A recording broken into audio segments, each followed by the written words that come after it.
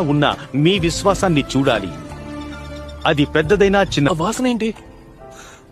చెడ్డ వాసన. నా కాయం చీమ పట్టింది సరేనా? నా కాలు విరిగి చీమ పట్టింది.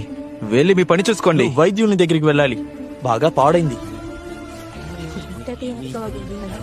అది నిజమే. అపవిత్రుడు. నిశ్శబ్దం. చూడండి, విరిగిన కాలు గురించి అడగలేదు. మరింత దిగజాల్చడానికి ఇక్కడికి రమ్మని అడగలేదు. నేను కాసేపట్లో మాట్లాడతా. రక్తస్రావం గల స్త్రీ గురించి పరీక్షించడానికి వచ్చాను. నాకు తెలుసు సోదరుడా, నువ్వు నాకు తెలుసు.